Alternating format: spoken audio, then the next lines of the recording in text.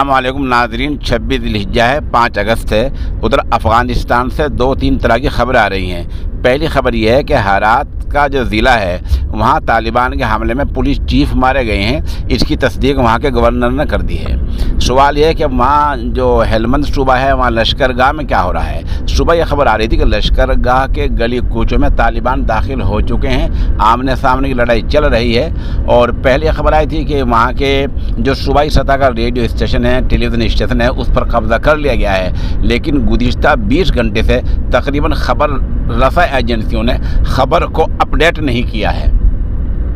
Writer agency हो, PTI हो, UNI हो, तीनों खबर रसा एजेंसियों ने खबर को गुज़िश्ता 20 घंटे से अपडेट नहीं किया है। घुमा कर वही बात कह रहे हैं जो पहले कही थी। इसके साथ साथ एक बात और आपको बतला दें कि कल दिन में 6 अगस्त को अक़वाम मुत्तहिदा के ज़ेली इदारा सलामती कौंसिल की हंगामी मीटिंग अफ़गानिस्तान के मसले को लेकर है, जिसकी सदारत हमारा मुल्क हिंदुस्तान कर रहा है।